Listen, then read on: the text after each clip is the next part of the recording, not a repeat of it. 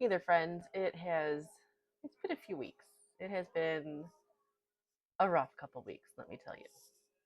So, 2 weeks ago, I didn't get my usual weekly video out because the kids and I were down in Illinois visiting my folks. We were having all sorts of fun trail rides, visiting the farm, climbing up the big tower at the lake, just enjoying ourselves. Saturday morning, I start up Mac the Highlander to get ready to come on home, and it just makes the most horrendous rattling, clanking, like just not a good sound. I think I saw the video, and if I do, I will pop it in here for you guys to hear. There, approximately five quarts.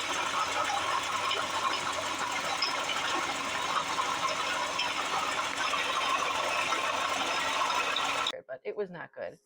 Anyway, my I moved it to in front of the garage, which is where I wanted it to be. And my dad comes around, like, "Stop the car! Stop the car!" And I said, "I'm on it. Just want to move it, get a little bit closer to the garage because something's going on. We got to see what's happening." Um,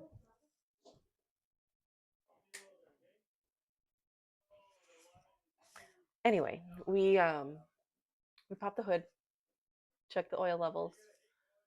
There was no oil showing on my dipstick. Yeah, I mean, negative, like zero, nothing showing up. I had got an oil change the Friday before.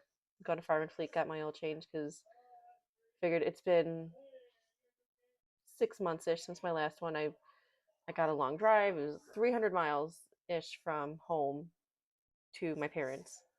I was like, I'm not driving that without getting it checked out. There is no oil. You guys, we put 5 quarts of oil, 5, into Mac the Highlander. There was no puddle of oil on my driveway here at home. There was no puddle of oil on the driveway at the lake where I'd been parked for a few days. What happened to that oil? The only logical thing I can think of is that they just did not refill me with oil when they did the oil change, because I was able to squeeze underneath the Highlander and check out Mac's undercarriage, and everything nice and tight on there. Nothing's missing, like nothing. And after putting the 5 quarts in, we double checked too. We let it sit for a few minutes. Nothing. So nothing was leaking.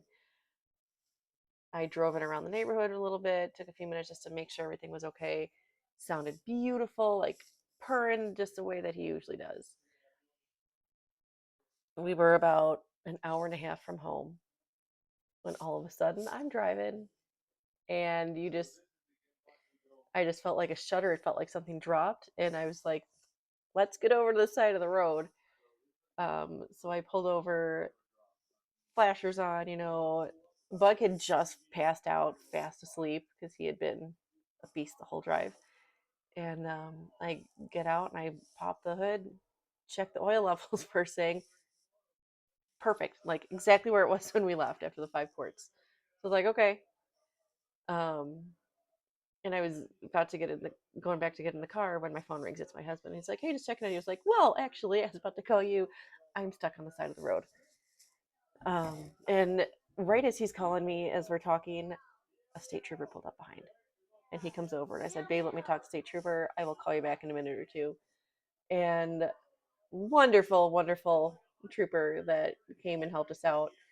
He um he stayed parked behind us for a little bit until he got a second car out there, because he was actually on his way home at the end of the day.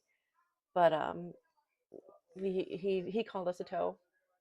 He called a tow for us because when I pulled over, I had my engine light, my battery light, and the power steering lights were all on.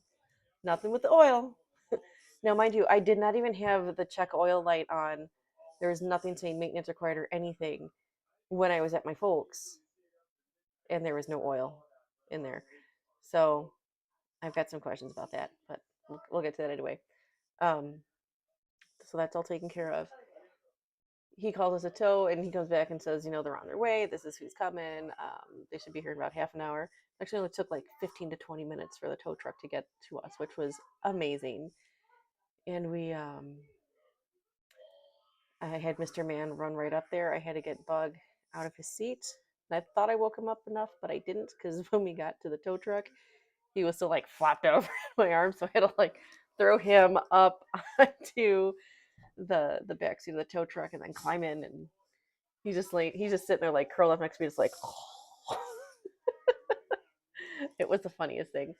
And he woke up during the drive to Chippewa Falls because we were about about 90 minutes from home. So it was about a 45-minute drive to Chippewa.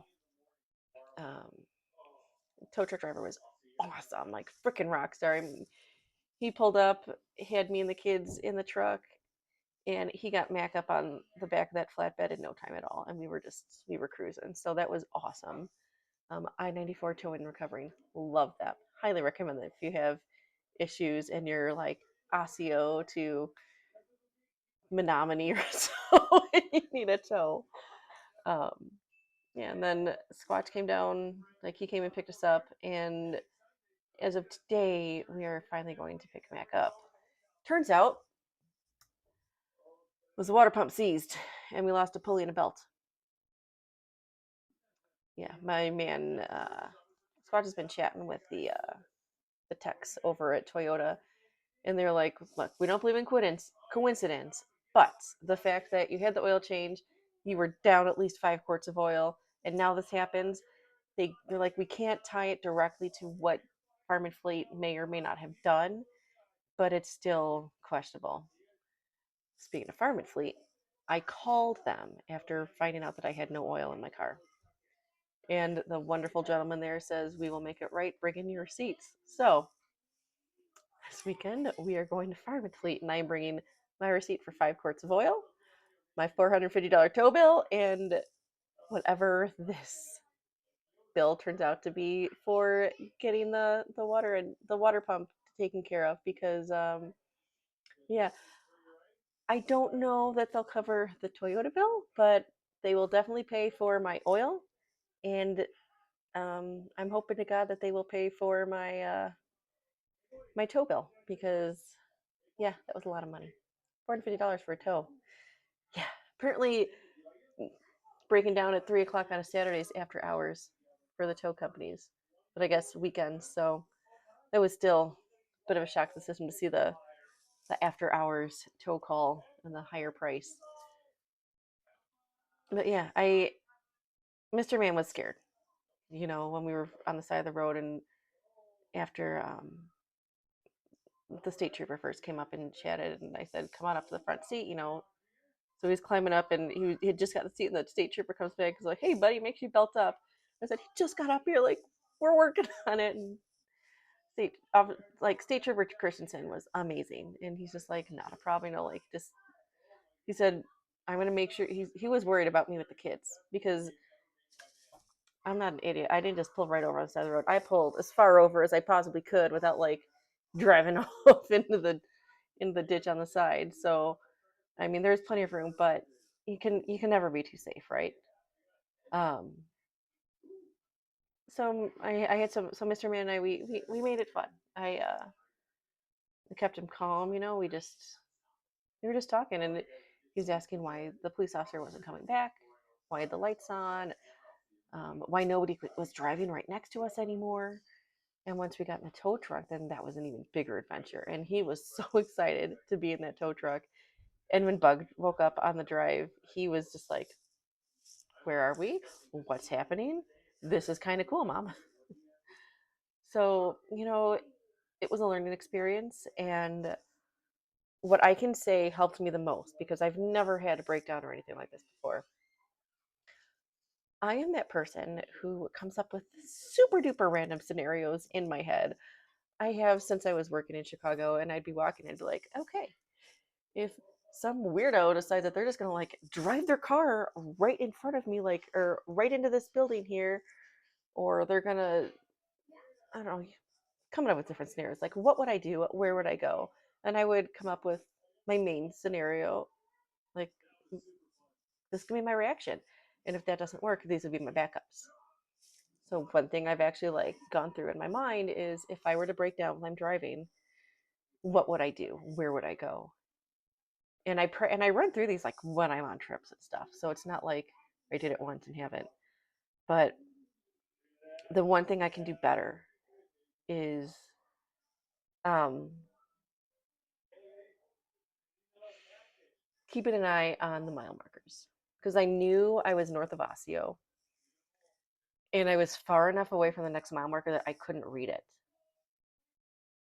And I didn't know what mile marker I had just passed. So for my future trips, I'm always going to be, and I'm going to have Mr. Man help me out with this too because it'll help with this counting to figure out what mile marker we're at so that I know if something were to happen, I can say, okay, I'm north of Osseo.